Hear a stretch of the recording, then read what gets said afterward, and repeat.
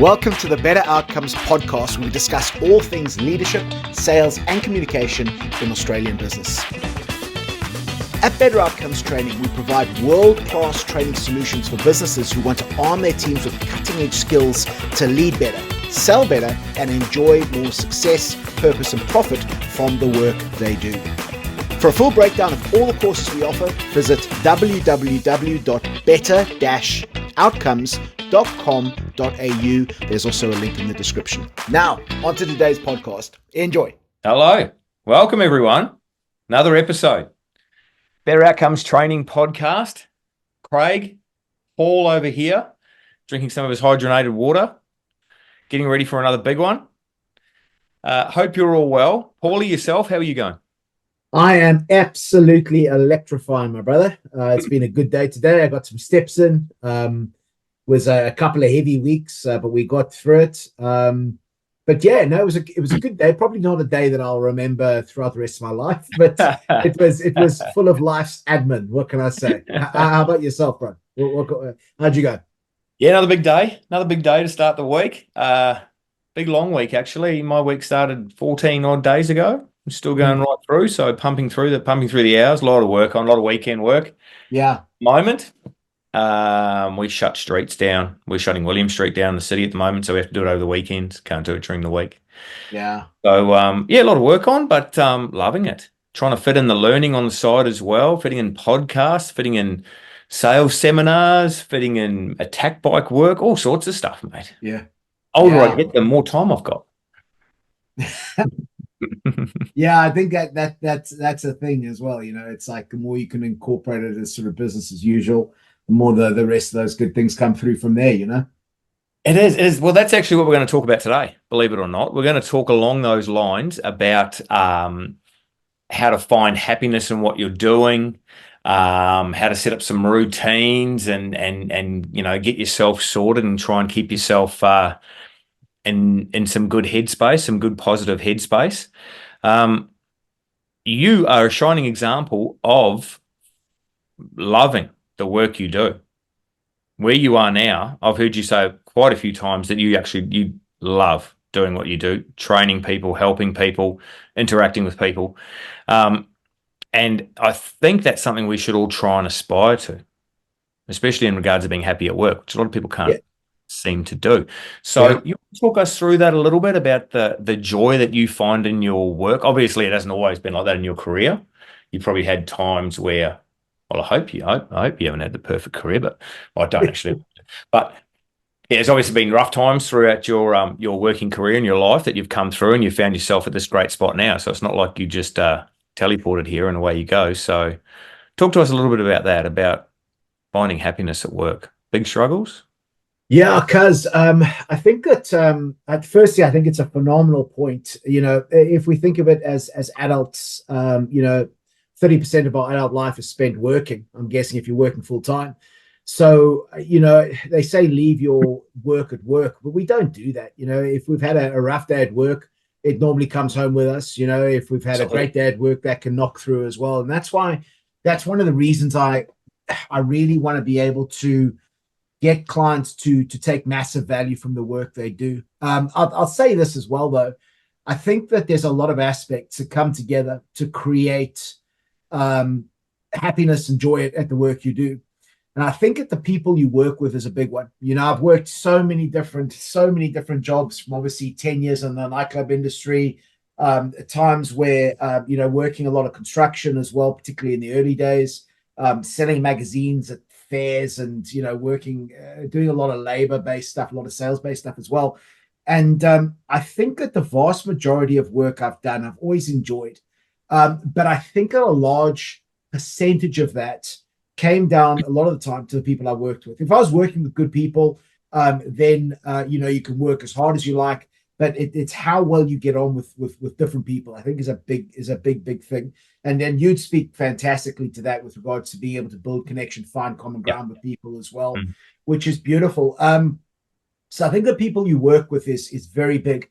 And I also really believe this, that the onus is on me to be able to create connection with people. Doesn't mean I'm going to like everybody I work with. And there certainly are people that I that I haven't liked in the past that I worked with. But again, I think there's some secrets to being able to manage that, and something we talk about a fair amount in a lot of the Better Outcomes training. But the people that you work with, I think, play a big part in how you get on with them. And I think that our ability to communicate with different people dictates how much joy and happiness and positivity we can take from those from that engagement in the work we do. I think with regards to the situation I'm in now, to your point, mate, I don't think I have ever done work that makes me happier. And there's a concept that they have in Japanese culture called ikigai. Are you familiar with ikigai? Yes, I've bumped into that recently through listening to a little bit of Jesse Itzler. He's an American guy. David Goggins came and lived with him, and it's a funny story. We can come to that. I have heard of ikigai. But please tell me, because I probably got it wrong. Yeah, so ikigai is a combination of different elements that make up your life, and I would butcher it now because I didn't do any research on this before coming on here. But effectively, it's the intersection of a lot of different things you do in life, and what's meaningful and all of these different aspects. But I think it's effectively these circles that come together to form your perfect role, what you do, and all of that good stuff. And I think that the 4 factors that make this work so rewarding for me is all 4 of those things I absolutely love, which is the first thing is doing business. And obviously running your own business, you got to do a lot of business, and negotiating with clients and doing deals there. And obviously I have a lot of clients that I support in selling as well. So sometimes selling alongside them, sometimes giving them some mentorship and directorship around that, direction around that. But the first thing is doing business. The second thing is learning about business. And of course, you and I both know with regards to professional development, we're always, if I'm busy but my ears aren't, I'm listening to something that's going to give me an earned advantage in that marketplace all the time. The third thing is teaching. And as soon as when you're teaching something, you have to be able to understand what's going on with your target audience. And I had a conversation with somebody today, and they were talking about training. And this client said to me, well, talk to me about the strategies that you teach. And I said, listen, the strategies I teach are, I believe, some of the best strategies out there. But what the thing is I'm not actually selling strategies. We're selling implementation. So I'm happy to give away strategies for free. Yeah. But what I mean by providing implementation is my target audience has to be able to leave with the confidence and the skill sets around implementing that, plus the mindset shift that they can go out and use it. So I have to be able to sell that concept to them, which is what effectively allows the client to start applying these things and creating behavioral change, which leads to better outcome.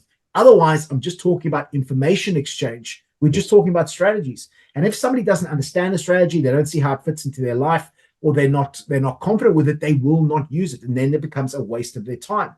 But those 3 things, I can feel myself going off onto a tangent already, but we're trying to keep on track with this one.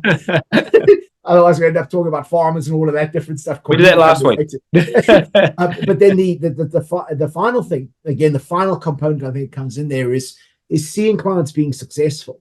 And, getting paid for the work you do is nice. Getting to meet so many different people, working with different people is awesome.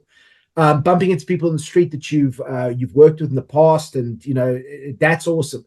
But when you get an email, get a message saying, with regards to the results the clients are getting post-training, that's really something you sit back and just think, that's awesome. That's absolutely awesome. So I think those 4 things are immensely, I'm immensely grateful to have that as part of what I enjoy doing. And, people say, well, gratitude's fine, but, you've designed it. Maybe I have designed it to be like that. But also just things like I'm standing and I'm walking a lot of the time. I'm talking, so I'm burning calories. I'm getting my steps in. I'm not sitting down at a desk the whole time. It's easy for me to fast during the day as well. So, if I'm eating all the time, then I blow up like a balloon. But if I'm fasting during the day, if I'm facilitating them fasting, it takes my mind off, that I want to go and eat. And it's more sort of my mind on focusing on those clients every single engagement. So yeah, I'm eternally grateful for the position I'm in right now. And I love it. And again, I want to be able to contribute a whole lot more to this, to the business world. I really do. I really see. I know that clients battle. I tell myself a story every time I go into train. And people often say to me, well, you often training the same material. Doesn't it get boring? And my response is very much along these lines. Is I tell myself the story that every single person who's sitting in my room, sitting in that room, they have something that they're battling with that's causing them sleepless nights. And I have to be able to figure out, and I can help them with that. Because if I can give them the strategies and the confidence to deal with these things, then a lot of that stress is going to go away. So what I have to be able to do is I have to be able to figure out what every person is going through there. And as best I can, figure out where their challenges are and then be able to provide solutions to those problems. And that is where firstly you can personalize your training as much as possible so it fits like a glove. You're facilitating each person as an individual rather than a one-size-fits-all type of approach. And the other thing is that's when people start getting it. That's when they start having those aha moments, when you can deliver content in a way that resonates with your target audience. You deliver it in their context, in their understanding, with their words. And when you can do that, that's when people start to really feel empowered that they can actually go out and utilize this stuff. And seeing people having those breakthroughs, man, there's very few things that I can take more joy from and see people actually get it. It's like, that's it. That's what I could use. I was 95% of the way there. That's about 5% we can actually make that change. And yeah, it's beautiful, man. And you feel exhausted by the end of the day, but you feel exhausted, hopefully, in the pursuit of something meaningful to other people. And that gives you a huge amount of joy as well, I think, Wow. Not passionate about that at all, are you, mate? Man, I have to find it because I can't do what you do and walk away and just see this phenomenal thing that I've built. You can go past that every day of the week and you can see that and you think, I built that, I did that. Fantastic. Well, I'm in the process of trying to, but I would swap it all to be able to do what you do. I'll tell you what, the joy that I get out of helping people, I mean, you get to do that every day. Especially when you talk about putting your training into context. I think there's a lot of information out there. Like you can spend hours doom scrolling, I think they call it, on Instagram and the algorithms and TikTok, and it'll give you all this info. It'll tell you how to go and do sales, and it'll be all these good looking people up there telling you all about this, and I've done this in 30 days, but it's useless.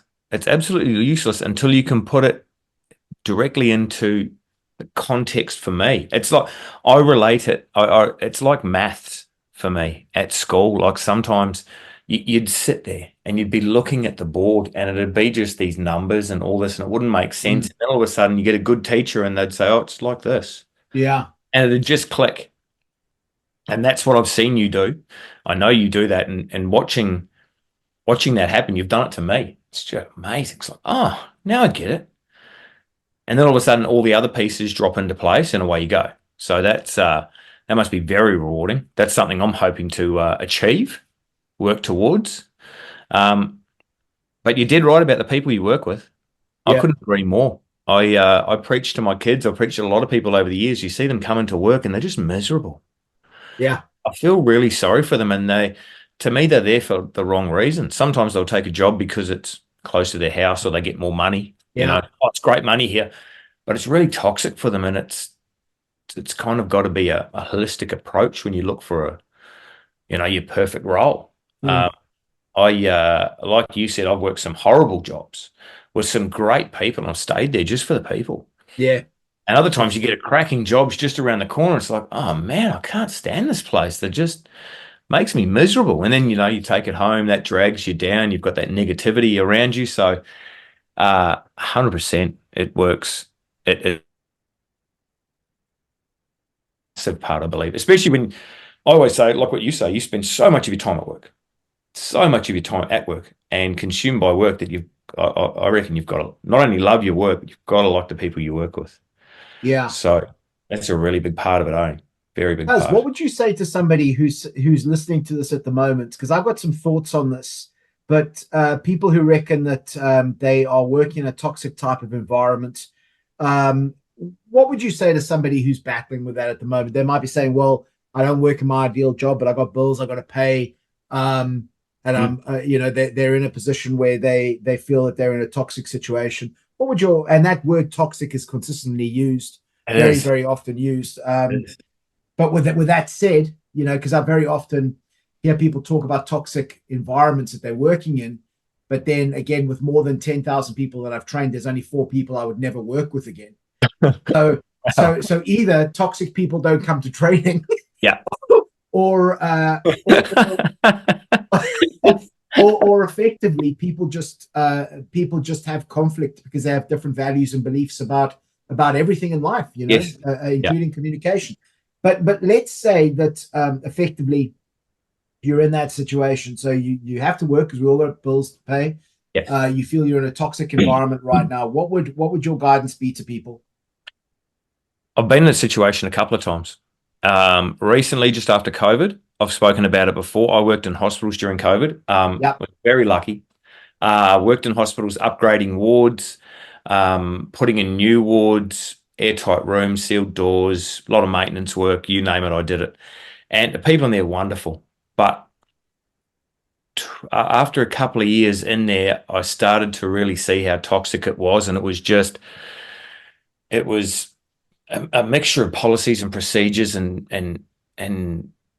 just the whole environment, especially in some of the maintenance sections. It's bitter people who just weren't happy with where they were.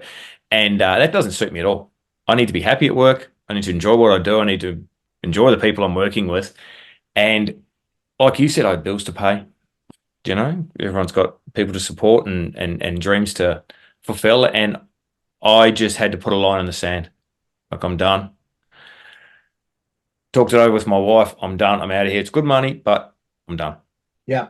Started looking, upskilled a little bit, got my resume back in order, but also had a good think about what I wanted to do and where I wanted to go. Got my high risk licenses back up and running and went that way. Changed it up with the hope that even though I had no idea with what I was going to, I knew it was better than staying there. Yeah. Wow. Okay. And it was really difficult, like really difficult. I'm going the other way now. I'm going the opposite way now. Just not a poster child for this, but I am going the other way now, where the job I have at the moment, I love. Yeah. I love my job. It's like a dream job that I didn't even know I had. Yeah. And I'm now about to give all that away and go and do something completely new and unproven and I know nothing about. So, but the toxic environment, I would suggest just first of all, putting yourself first, realizing that it's not good for you. Yeah. You've got to love yourself first. You've got to really take care of yourself sometimes because no one else will, unfortunately, regardless of what they say to your face. Set yourself a line in the sand and then do what one of your favorite sayings is, professional development. Start having a good think about what you want to do, where you want to go. Courses, get some books under your belt, maybe a sideways step, maybe a slight backwards step, whatever, change careers.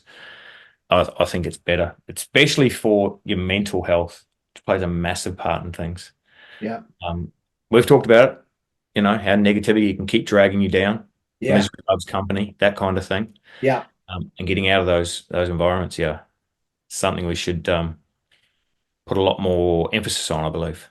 I like that. I've jotted down a few things here as well, just when you said that, because it's something that does come up from time to time. And again, that word toxic is, there's a lot of terms that are consistently used, and sometimes they kind of lose their meaning, or one person's toxic could be somebody else's, paradise or what have you. But I think along the lines of what you said there, because I jotted down a few things when I asked that question as well. I got to agree with you, man. Self-preservation is number one. You got to be able to look after yourself. And when I say look after yourself, I mean primarily, most important thing is what are you focusing on? Because if I'm focusing on how I have this conflict with so many different people, I'm going to get my own self worked up, and then we don't do good things. So something I talk about a hell of a lot is being able to keep your focus on things that are empowering you.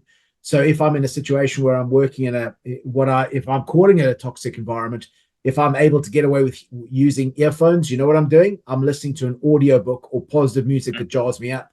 Because as soon as I'm focusing on that person I really dislike, or that person that's, toxic or whatever, then I start losing that mental battle already. And it's not easy to do. It really isn't. But self-preservation is number one. And by that, I mean, whatever you're focusing on will dictate everything else in life, Right.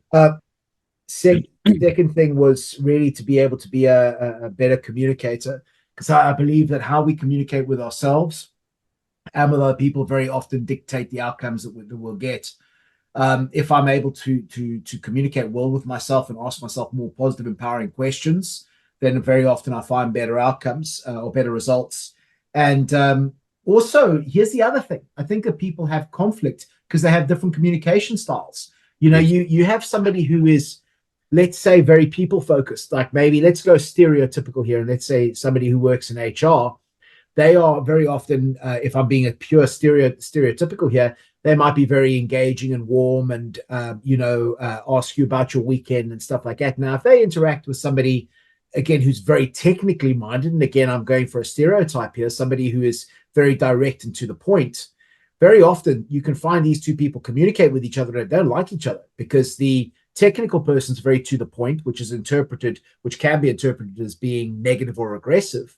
And then you've got the very technical person who's been spoken to by the HR person, and they just, I don't want to tell you about how my weekend was. Just get to the point. I'm busy, So they got very different conversation styles, and because of that, often as human beings, we can be uncharitable with our interpretations of the other person. There's sales teams I trained once. This phenomenal salesperson says, he goes, Paul, selling would be so much easier if I just sold to people with the same personality type. That's part of it. That's why I say you've got to become a communication chameleon. And then the third thing as well is to be able to upskill yourself. I'm convinced of this.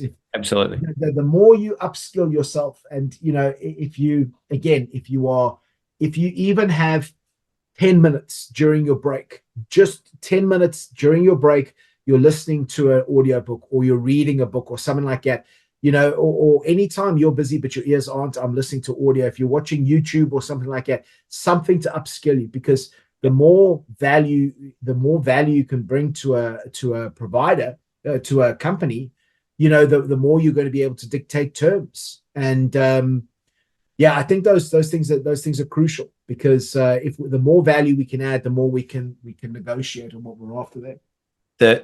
What you just touched on there about audiobooks and finding the 10-15 minutes, my learning journey has been audiobooks in the morning.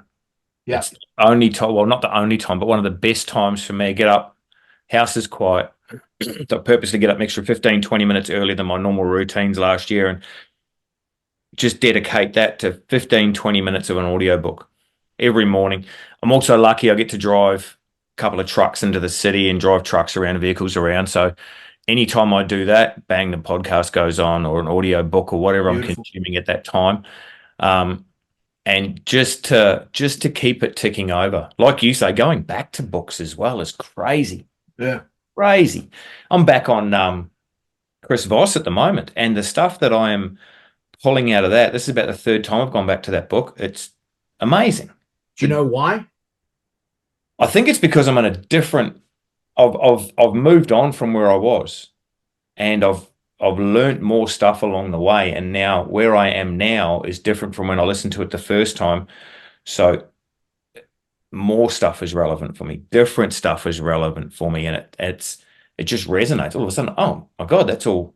Now I can understand and apply that with that. This is working. It just, I guess maybe I'm further down the line. You know what I mean?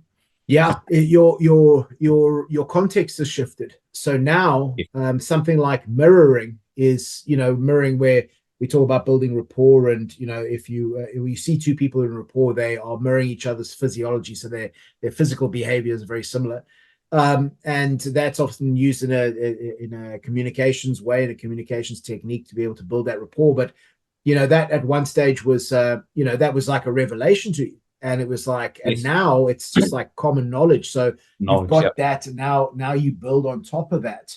Yep. And it becomes more in your context. Otherwise, because here's the thing, Cuz, and I see this a lot in training as well. If you are trying to intake information that has got no context to you, it is just like water off rock. It just disappears. It It's is. just water off rock because there's no context.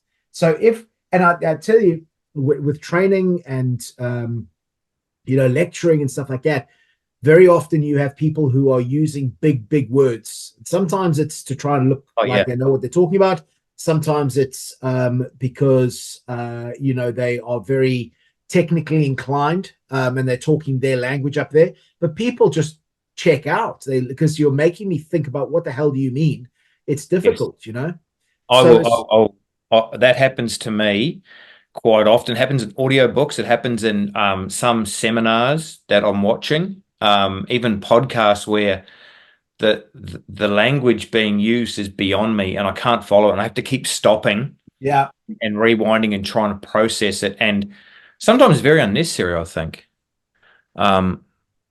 Not so much the technical jargon when you're looking at certain, areas of business, you need those. But yeah, sometimes it's way beyond me. You need to. But here's the thing, Cuz. Here's the thing. This is one of those mindset traps that human beings fall into. I'm convinced of this. And in training, we have to be across this. We say to people, and you would know this, you've heard this before, you meet your target audience at their view of the world. Yeah. And I hammer this. If I say this in one day, if I say it once in one day, I'll say it 10 times in one day because I want people to take it on in slightly different contexts. But the thing is, the human default is not to do that. The human default is only our past experiences. So unless you say to somebody, you set frames for them to be aware of this stuff before they go out and present, then they're just going to be talking from their point of view. And you can understand it. Somebody who's technically brilliant, a real subject matter expert, particularly with something like presenting, you'd know from Toastmasters, you get into that arena to present and you're a little bit nervous. You go back to what you're comfortable with, which might be language that's very, very easy for you to understand, but it's not easy for the audience to understand. And that's where that massive disconnect comes in, Agreed. One of the big breakthroughs I had when I figured out about presenting was to kind of stand back. Like, I've got all this common knowledge in me that I need to help people with. Deliver to people, or the message you're trying to deliver, whatever you're trying to present, you kind of need to see yourself as standing off to one side and getting that information across. Wow. You've got to be like a gateway to it, rather than being. You need to kind of see it like you always say. Everyone's got this common knowledge in them that they think everyone knows about, but no one does. It can be a revelation to people. You could be you're life changing in what you can say. So you need to just try and relax a little bit and think you've got a message to deliver, you've got information to give to someone who's sitting in that audience, and this is going to help them. Even if it's only one person, change their life. That helped me. It's, with public speaking, presenting, it very challenging. I think it's one of the biggest fears. People would rather die than stand up and public speak. And I can't blame them. But Toastmasters helped me a lot. And also just the experience and getting some strategies there is really change your mindset, that kind of thing. Meeting your target audience at their view of the world. Don't have to agree with it. You Exactly. don't. I think that's the big mistake that people like. Why would I go and think like him and agree with him? You don't have to. Yeah. You don't have to. You just got to put that aside a little bit. Maybe put your ego aside and think about that person and where they're coming from, and their gates will open. Yeah. It'll be so much, so much more of a contact and a relationship. Yeah, absolutely. And it's the more you get to really understand somebody, the easier it is to like them. Yeah. And I think that people have knee-jerk reactions to each other very often when they particularly around values and beliefs and including, and when I say values and beliefs, I'm talking about how we believe it's okay to talk to people in certain ways and their reactions and all of this stuff. And you start realizing how different people are. Yeah. My daughters one of my daughters, she always talks about this. She talks about people who just don't have very good social skills. She's like me. She gets along with everyone. Actually, they're both like me. They get along with everyone. And she said there's some people, they're in the workplace. They just can't communicate. They don't, or maybe they're scared of communicating for whatever reason, or they just don't want to do it or whatever. And it seems they're shut off, and it becomes polarizing, which is always horrible place to be. Yeah. The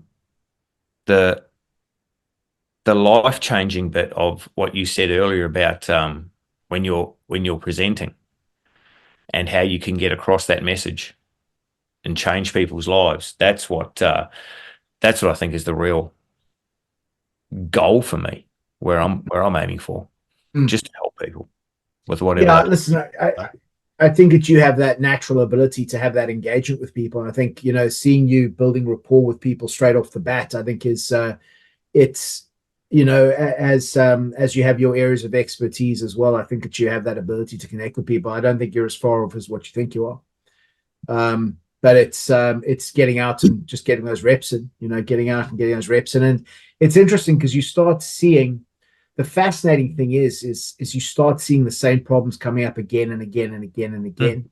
But of course, you have to be. I'll tell you, with business training, the vast majority of business trainings that are out there, of course, there's strategies, techniques, and understandings you provide people with. But the vast majority of people want to be more confident in the work they do, so they have to build that professional self-esteem, which we talked about forever, pretty much every workshop. Second thing is the ability to influence and persuade. Third thing is understanding other people's core motivating factors. And fourth thing is being able to see the world through your target audience's eyes. If you can do those four things, then effectively, a lot of better outcomes, particularly in leadership, communication, and sales, will really be able to. A lot of stuff comes from there, Agreed. Now, there's something I've just picked up on here. I think we've talked about it a little bit. It's kind of like a routines and habits. You seem to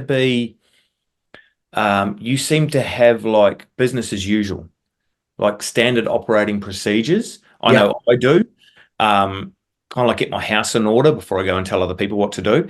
Sure. Does that help you a lot in the way because like you say, it's always kind of based around those core motivating factors, those four things that you've always got going on. Does that spread through all your training? Is it always coming back to that in one way or another?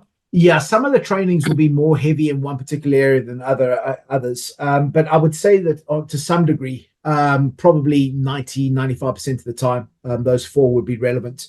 And the interesting thing is those four things are foundational for any success that people are after, which is interesting. But business as usual and routines and stuff like that, you have to be a little bit careful because they can, particularly from a delivery point of view, if I start assuming that I know exactly what's in the market in the room, who's in the room with particular challenges, that's when I can become unstuck.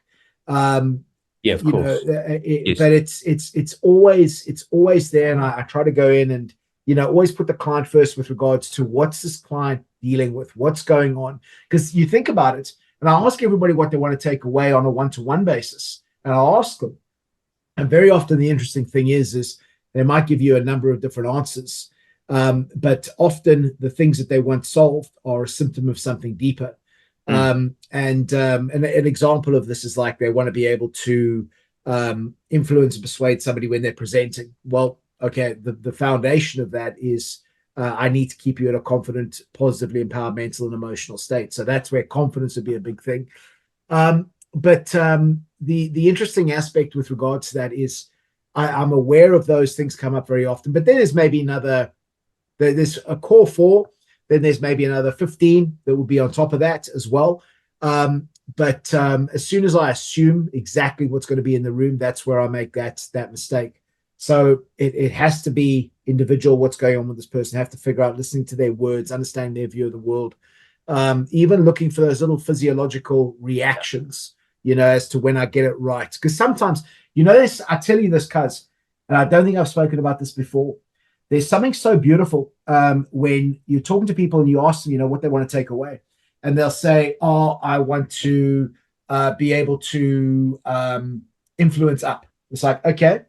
And then what I say is, I'll ask you deeper questions. Very often, those surface level things that we see that we want to make a change, they're driven by something deeper. Okay, and I'll say this at the beginning because so just they know I might ask deeper questions. It's not just me talking to them; it's to everybody.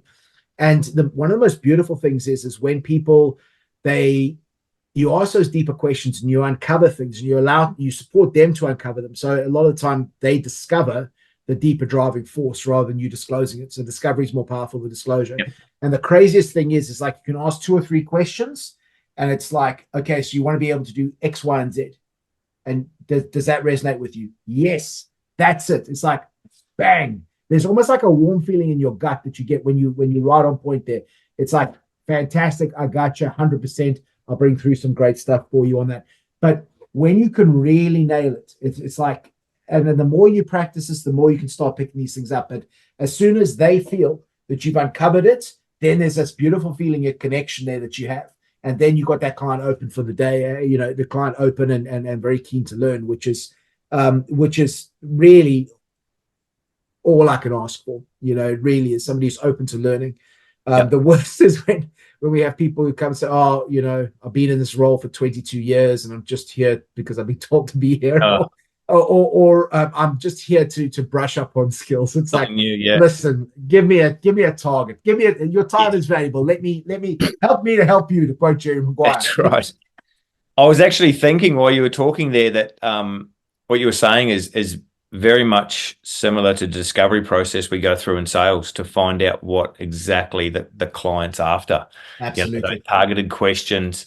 Not even sure if I can help you. Let's have a look and see what's going on. Yeah. That was what was going through my mind then on, they may think they want this, but the actual problem's over here. Absolutely. That's the actual problem here. So, and when they can realize that, when you can help them find that, revelation. Absolutely. And Cuz, I'll tell you, that's a huge issue in the marketplace at the moment. There's a lot of companies out there right now where salespeople very often get stuck in the mindset of transactional selling. And what I mean by that is they go and see a client and the client says, "Oh, I want this widget, this widget, this widget." But what they're not realizing is that the client is, whilst the client knows their business, of course, the client is not always the elite subject matter expert. The client ultimately wants an outcome. But what the salesperson needs to understand is they're not just there to take an order. If you can get an idea of what is the ideal outcome that the client is really after, then as a salesperson, you're able to provide what they might call a value proposition or add more value. It's like, okay, well, you want to buy widget X, Y, and Z, but if you're really looking for outcome A, B, and C, we've got a different approach for you, and it's going to help you get that particular outcome. And I cannot tell you how big this problem is. And I'll tell you what, it does not serve anyone because the client is not getting the best possible outcome. The salesperson's underestimating the value they bring to the table. And the business that the salesperson works for, they are not selling for an outcome. They're selling, just on a transactional basis here. And that doesn't mesh well. So, that's a massive issue. But also people don't realize that when they uncover problems and, they're talking to the client and they can uncover that particular problem, there is a feeling of connection of the client feeling understood, which is phenomenal. They say the deepest need of the human soul is to feel understood. And if you can do that, now you and the client are connected. It's like, you actually get me. And here's the other thing. Salespeople got to realize, and I push this hard, that, firstly, I don't refer to them as salespeople. My clients I work with, I want them to think of themselves as world-class problem solvers.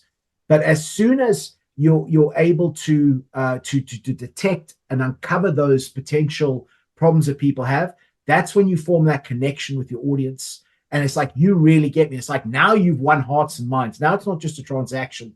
And now also you're going to start getting a lot more loyalty from that client as well, which is, it gives peace of mind to the client. It's great. It really is. But being able to diagnose that, identify that problem and really make the client feel understood there is awesome. Yeah, that problem, or even if you can find the client's dream outcome, like their dream scenario, they may not even know what it is themselves. You know, it might be a little bit buried. They may be thinking that I want this when actually we've got something better. And being that subject matter expert, Absolutely. if you, instead of just giving them what they want and then going to see them next month and going, what do you want again? If you can build that relationship with that person and get them to open up a little bit, it may just be a complete, it's like a fluke. You're like, oh my gosh, I've come across that. You've uncovered something just on a standard question or a little bit of a leading question or anything like that. And all of a sudden you get to an outcome where they didn't even know they wanted in the first place, but you've got it because you're that subject matter expert. You know, absolutely. That's it. And that's very similar to what you do in training. Like, people come in with a certain problem they want fixed. That's not even the problem they've got. Yeah, you blow it out of the water. You blow it out of the water by taking, listen, I understand what you want, but what about if we get you here? Yeah. And you kind of get vapor locked sometimes, you know, in certain areas. You don't really understand. You're too busy focusing on what you think you want when there's a much better outcome there. Absolutely. Absolutely. So conversation and relationships are a massive part of that. Yeah. And I think the temptation often is with salespeople is, particularly in very competitive marketplaces, you've often got very educated buyers. And by that, I mean, they've been buying from a multitude of suppliers on the regular, but they're not always aware of new market trends that effectively, or new innovations in from the supplier side as to how to actually help the client get a better outcome. But the fascinating thing is that it's easy for salespeople to fall into the trap of just taking the order. It's like, well, I don't have to tell the client that, I don't have to go through those complicated conversations to open the client up. The client's just going to come in and make the order. And my pushback on that is, listen, unless you're just selling transactions, which is like going and buying a loaf of bread or ordering something off Amazon, then effectively, you need to add some value to that sale. I'm convinced of it. If you're talking with a client, you have to add value to that. And, if you are able to help the client, get their needs met in a way they hadn't even considered before because you're a subject matter expert, then effectively in your field, then effectively you give people those aha moments. And if they have those aha moments, those light bulb moments, then, that's where I think good relationships form, Yeah, there's too much faceless stuff going on at the moment. You can jump on Amazon and have something delivered tomorrow. Yeah. I think people are screaming out for that, just that little bit of personal connection. And it doesn't take much. We all want, we've all got sort of desires and outcomes and what have you. And it's like, what's a new way of being able to get that? I remember like the first time I got a website, I think, and this is going back like 15 years ago or so. It was like, was it 15 years ago? It was like going back and getting a website. And I was talking to the website designer and I said, so, is there lots of business that's going to come through from this? The guy looked at me and said, what? He said, is this going to generate leads? And he goes, no, it's a website. I said, what do you mean? I thought people would come to the website and buy. Well, maybe not. But it's like a website is, I think the purchase rate of something, well, certainly at one stage was like 2%. If you're lucky, 2%. So 2% of people who arrive on a website will buy or make an inquiry or take an action. That's no way to build a business. So it was like, okay, well, if you want to be able to create leads online, you have to develop a funnel or a funnel system or, a marketing lead conversion approach, which is, and it's a trap that a lot of people fall into, that type of thought process. But anyway, there we go. I'd like to get back to routines and I think there's a big benefits to, I look at it as I'm going to move from where I am at the moment, different career. Mm-hmm. And I'm going out of my way to make sure I've got my own house in order. The way I'm looking at it, I'm making sure I've got my health sorted. Yep. As much as this old rig can get sorted out, I've thrashed it a fair bit, so I'm trying to get this thing sorted.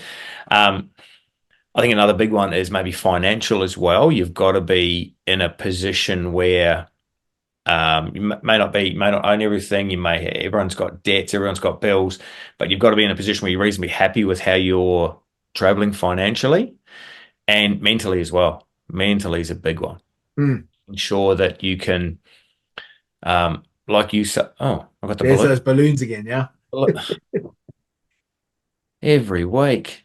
Anyway, mentally, I think is a big one. Being able to go out and not only sell to people but present to people. You have to be in very positive frame of mind. You can't be, I don't think, like you say, you can always kind of see through the presenter up on stage. And if you're not in a good headspace, if you're not confident in what you're doing, then that'll shine through. So I've been concentrating a lot over the last year on making sure I slowly get all that in order so that I'm reasonably happy at home. Yeah. So that I'm reasonably happy with myself so that when I go out there, it's all about the client. Yeah. Worried about myself, can present myself in the best possible light, and off we go.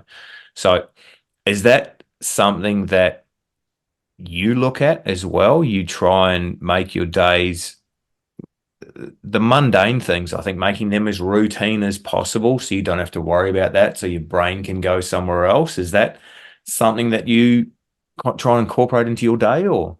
Yeah, I mean, there's a particular routine. Every morning, sort of do a breathing routine. Have a cold shower. I get ready for work. I've got some crazy ones. I've got a little set of. I wear the same outfit a lot of the time as well. But I'll wear a pair of cufflinks that have got Spartan helmets on them, just in case I'm going into particularly when you're going into an audience that you need to make some significant changes, and you're going to come up against some challenges there with people with preconceived ideas about who you are, and maybe their perception of you, or maybe there's conflict within their businesses and stuff like that. So you have to be able to be prepared to take on those challenges. So I have a pair of those cufflinks. That's my little thing, sort of my frame of mind if I go in there to deal with that. I'll always have a cold shower, and I'll tell myself that story with regards to this. I want this to be the toughest part of the day, because if I get through my cold shower, then effectively the day only gets better. Which means that I work with brand new clients who are open to learning. They're keen on it, and that's how I earn one thing, which is just open clients. That's all I'm asking for is open clients who are who are keen to be there. It's not always the case. A lot of time I have to make sure I can open people up, and there's often some challenges with that as well. But I'll have a routine, particularly if I'm working in the CBD. I know what time I need to leave my house. I have all that time scheduled out there. Same outfit, as I said. I always take the same type of lunch. Every second day I'll do my best to fast, because I tell you what, you can't eat a heavy lunch and then go and present, particularly with carbs and stuff like that.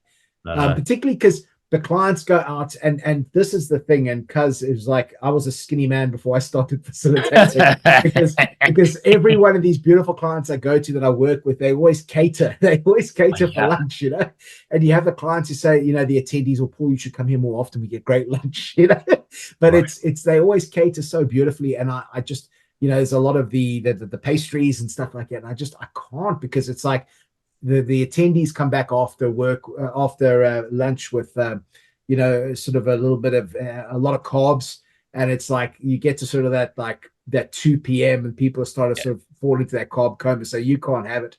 I do the best I can to have some degree of routine around my sleep as well. Obviously, we have jiu-jitsu. Talk to me about your sleep, because I hear that's cracking at the moment. Yeah, well, I'll get to that, but we have the jiu-jitsu on Tuesdays and Thursdays, and I always try to make that as best I can. Saturdays and Sundays as best we can as well. With regards to sleep, I'll tell you, sleep about 6 months ago was one of the biggest problems I had, and it was mind-blowing, absolutely mind-blowing with regards to I felt like I was waking up, and I was not even 25% of, I wasn't even 25% on full. I was still empty, and did some sleep studies after a friend of ours was talking about them, and it turned out I was having sleep apnea, but it was I think it was like 37 interruptions in an hour, that type of thing. So I started working with that with a sleep apnea machine, but now obviously going to this using grounding mats. And my sleep at the moment is the best I've ever had, the best I can remember. Certainly certainly up until I realized I had a problem with sleep. But the sleep scores, and obviously I use an Oura ring now, which actually tracks your sleep properly. Okay. But I tell you, I wake up in the morning and I'm ready to go, and it's just like fantastic. It's like you're not waking up and feeling like you got a hangover, even if you don't, particularly you didn't go out and party. But not being able to sleep, it's a brutal one. And I've got to tell you, the sleep apnea machine was good, but these grounding mats, and again, folks, I'm not a doctor or anything like that, so don't take my word on it, but just my experiences, because they believe it deals with inflammation and reduces inflammation. And my understanding is that there's a connection between inflammation and sleep apnea. And last night I slept without a mask, and I had the best night's sleep I've had since I've been monitoring it, which was mind blowing. Wow. But I get up and I'm ready to rock and roll. It's like I'm literally, my heart is full. I want to contribute here now, because 6 months ago, whilst you turn up and you've got to do what you got to do, you're running, you're gut checking yourself. So you're pushing yourself through just like a bulldozer. You're just getting through it. You're getting through it. And it's interesting because very often, if you're extremely fatigued, I used to run those 5-day mini MBAs. And I do maybe 4 of them, maybe 5 days from time to time. But you get to sort of Thursday and Friday, and you're exhausted. But the interesting thing is you actually move into a different realm, physically, mentally, and emotionally. It's without sounding woo-woo, it's a little bit spiritual, and it's interesting. But I would way rather be fully engaged, have a beautiful night's sleep, and be able to just absolutely smash it out the park for clients the next day, But yeah, without sleep, it's a rough go. It really is. Agreed. I've noticed a change in you. You were going through a rough time. 6-8 months ago. Yeah. Now the change in you, extra vitality, extra energy. Absolutely. It's a killer on the mats, I tell you. I find I've got to get my routine.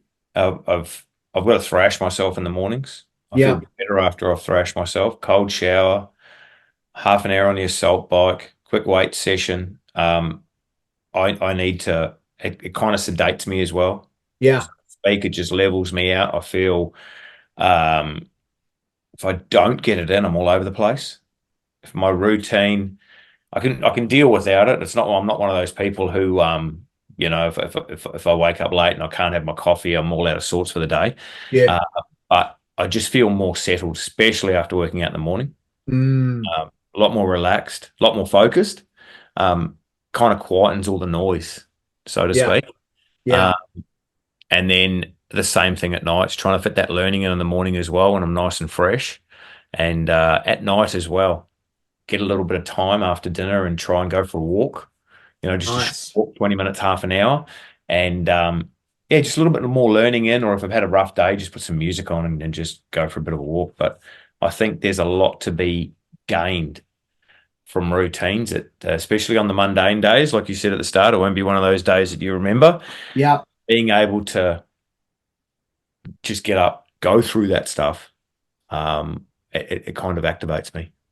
So because here's the other thing, the crazy thing is that everybody wants those rock and roll moments, and by that I mean the moment that you win the award and you're getting the high fives and you're in the spotlight. But I'm convinced that those times are only possible if you have had so many days of business as usual that have added up to it. You're consuming training like no one else I know.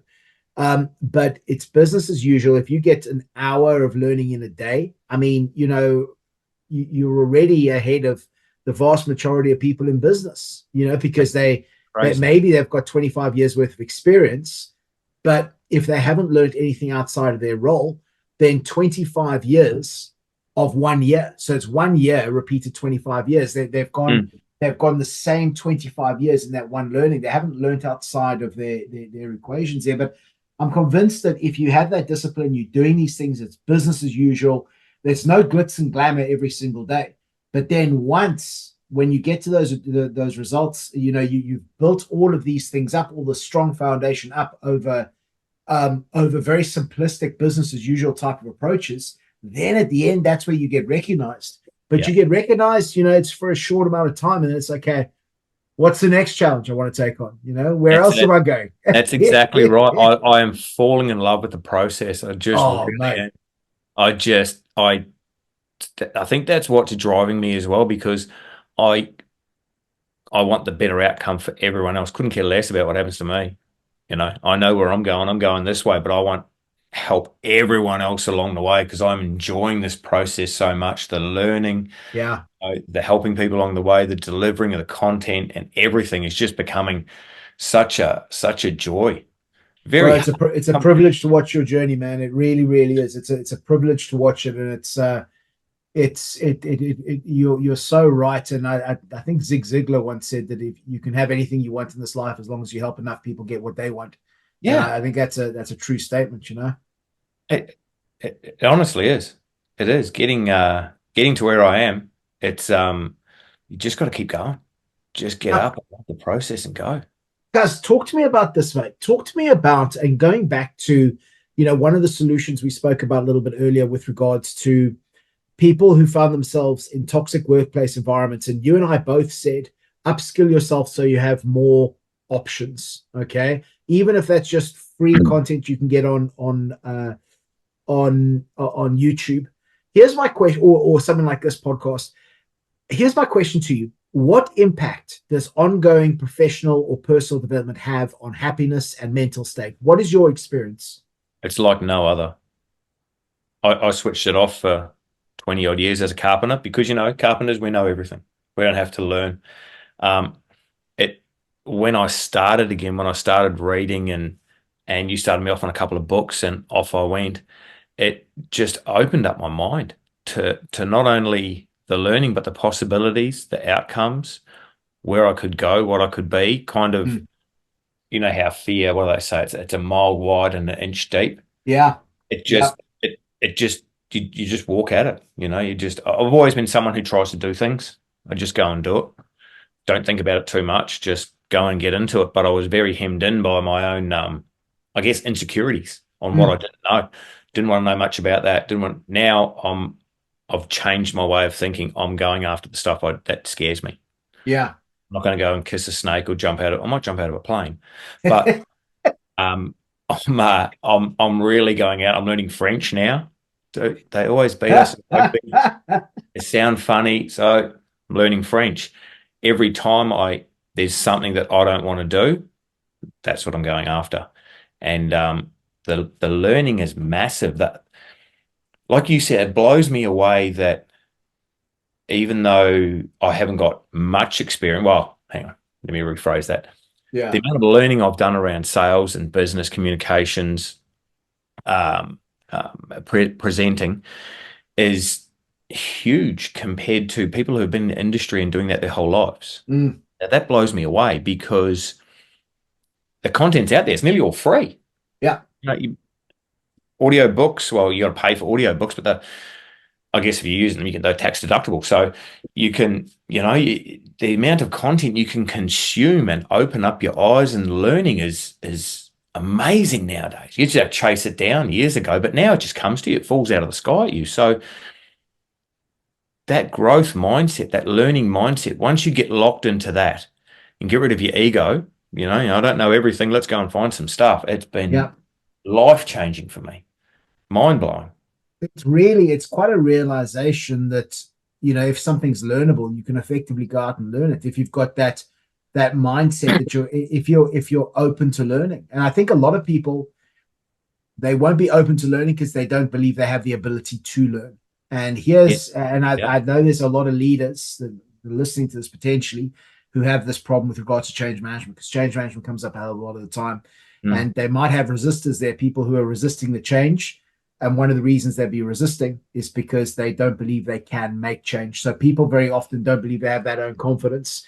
And folks, a top tip for this is we've all had times in our lives where we've made change. But here's the thing. A lot of time people don't believe that they can make change.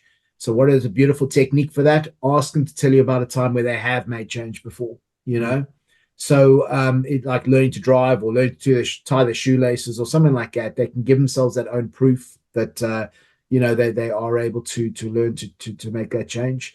And Cuz, just so you're aware as well, and this is for everybody on the call, but Spotify, as far as that membership, if people who got Spotify membership, Spotify has started doing audiobooks now as well. It's all part of the package. Yeah, so it's free. You don't have to buy the actual audiobooks anymore. I think there's some that you can buy, but there's a lot of them that are free as part of the subscription. Awesome. The other thing that the growth mindset has and the learning mindset has really opened up for me is I've discovered areas that I never thought I'd be interested in. I've discovered areas I didn't even know existed. Yeah. And you can really bury down into those and kind of, tangent off, kind of how we talk. We start off talking about leadership, end up like farmers, but you can really tangent, and maybe through that growth mindset, you then see those opportunities, and you never know what's out there. You could get your, what do you call it, ikigai? Bang, that's there. But if you keep closed off, you may never see that. So yeah, I think there's a very small minority of people who find what they got a predisposition towards, and I believe every single one of us has got some degree of natural predisposition towards something great.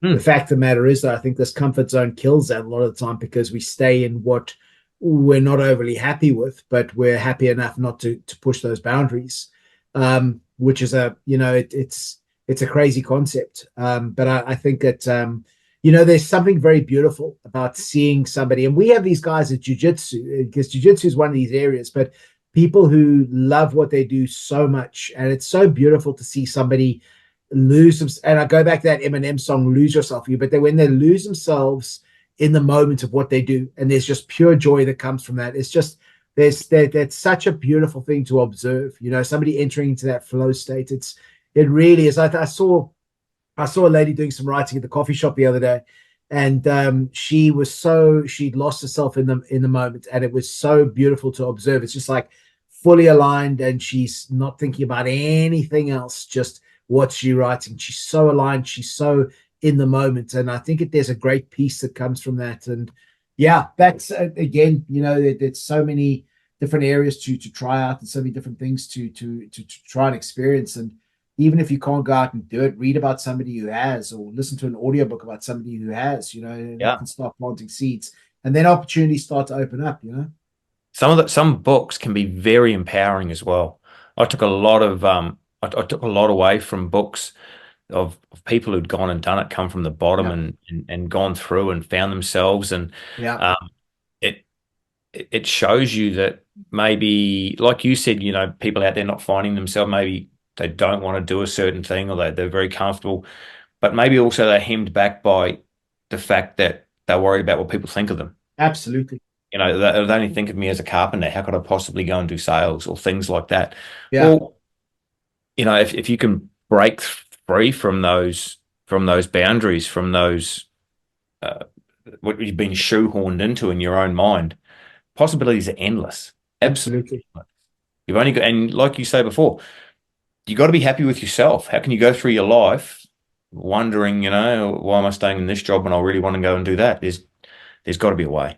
Because the natural default, I think, the natural default that us human beings have, and I know you've spoken a lot about this, and I've certainly something that I've shared, something I've worked on for many, many years, is I think the inherent factor is we're not our own best mates when we start out. I think this, I've spoken about this a lot of the time. We are so quick to notice the negatives and the times we've messed up, and we start taking that as our identity, as how we perceive ourselves. And we forget, again, and this is why I make such a song and dance about this, the human brain has got a negativity bias. So we're quicker to notice the times we've messed up. And this is like, how can I even like myself if I'm no good in this area, in this area, in this area? Yeah. And we start to take that shit on. And it's just like, this is brutal, man. It's like, you got to be able to become your own best mate. And the fact of the matter is, we've all done stuff in the past that we were proud of, and stuff in the past that we're not proud of. but you get to choose what you focus on. And one of them will allow you to become your own best mate. And one of them will destroy you, because I tell you what, you and me and everybody else listening to this has said things to themselves that they would never dream of saying to anybody else. Great. And we feed ourselves this negativity, and it just becomes, and it's firstly, it's perfectly normal. It's perfectly normal human behavior, I believe, but it doesn't serve us. So if you can start seeing that value that you bring and the reasons why you should be your own best mate, instead of, having, if you're fighting yourself the whole time, you turn up as 50% of what you can deal with. When you start seeing reasons why you should like yourself and be positive about yourself, now you turn up as a full person and somebody who wants to contribute more rather than take. Because again, I think arrogance very often comes from, arrogance and confidence are different. Confidence, you want to contribute because you see the value you bring. Arrogance, you want to take away from other people. And it's also a veneer, it can be broken like this by It's and listen, and anyone out there who's struggling with this, it's scary, man. Yeah. Hey, it's scary, but it's you feel so much better when you start to realize that you can help yourself. You can do these things. You're not going to do it all tomorrow. Just little bits, break off little bits, write down what you want to do, figure out how you're going to get there. What do I have to change to get there? I want to be this. Currently, I'm down here, I'm doing this, and I want to do that. How do I get there? Yeah. If you don't know, reach out to someone. I'm very lucky that I've got a lot of good friends and a lot of good people around me who you can lean on in tough times, or you can go to for a little bit of advice. If you've got that, lean on them. Ask them. You'll always get help from people who are doing well. That's a good insight, actually. As long as you can approach them in the right way. And just make your goals, bite them off a little bit at a time. You can't run a marathon. You can't just decide you're going to stand up and run a marathon. Well, very few of us can stand up and go and run a marathon tomorrow. Neither of us on this call, anyway. Neither of us on this call. So, small steps. It's about that process.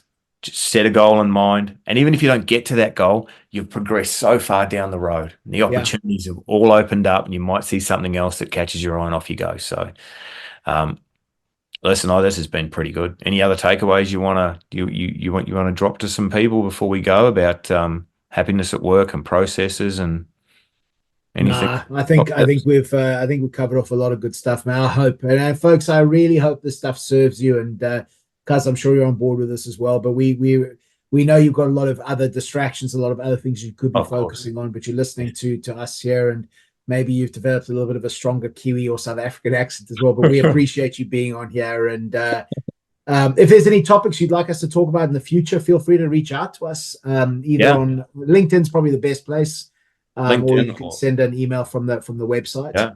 We're got a lot going on, but there's always more coming up at Better Outcomes. Absolutely. A lot coming in at the moment, very busy. So we'll keep these going. Should be good for a laugh, even if it's only for us to look back on. And maybe our mums will watch them and our dads will watch them, our families will watch them or something. I don't know. Without hope, we have nothing, my brother. Without hope, we have nothing. I'm still not letting my kids watch them. But as always, Paul, appreciate it. Been great talking to you again. And now I have to go away and do some study and figure out what we're going to talk about next time. Likewise, brother. Appreciate it, man. Take care. See you soon. Yeah. See you guys. Take care. Cheers.